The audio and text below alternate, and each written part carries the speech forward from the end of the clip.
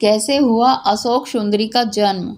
एक दिन माता पार्वती ने भगवान शिव से संसार के सबसे सुंदर उद्यान में घूमने का आग्रह किया।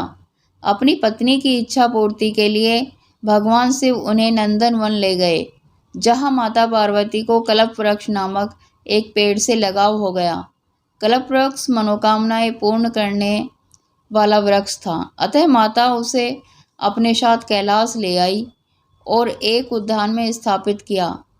एक दिन माता अकेले ही अपने उद्यान में सैर कर रही थी, क्योंकि भगवान भोलेनाथ अपने ध्यान में लीन थे।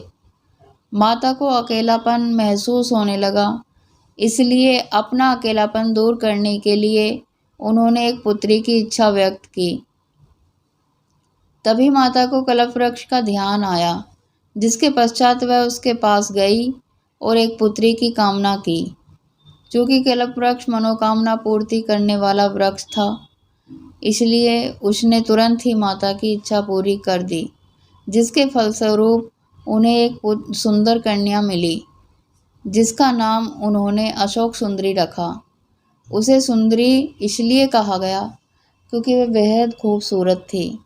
माता पार्वती अपनी पुत्री को प्राप्त कर बहुत ही प्रसन्न थी, इसलिए माता ने अशोक सुंदरी को यह वरदान दिया था कि उसका विवाह देवराज इंद्र जितने शक्तिशाली युवक से होगा।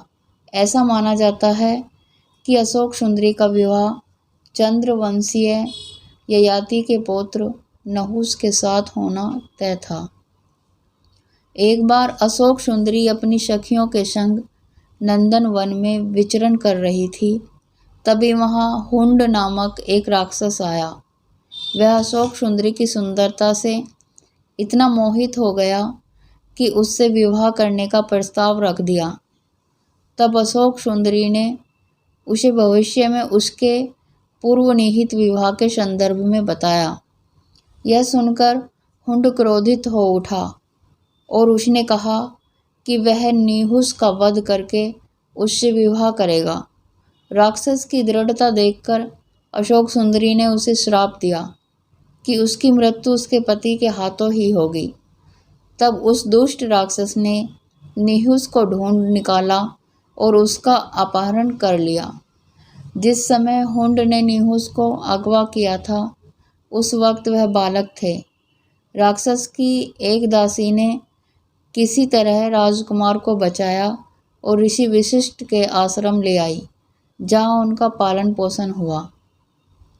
जब राजकुमार बड़े हुए तब उन्होंने हुंड का वध कर दिया, जिसके पश्चात माता पार्वती और भोलेनाथ के आशीर्वाद से उनका विवाह अशोक सुंदरी के साथ संपन्न हुआ। बाद में अशोक सुंदरी को ययाति जैसा वीर पुत्र और 100 रूपवान कन्याओं की प्राप्ति हुई। इंद्र के घमंड के कारण उसे श्राप मिला तथा जिससे उसका पतन हुआ।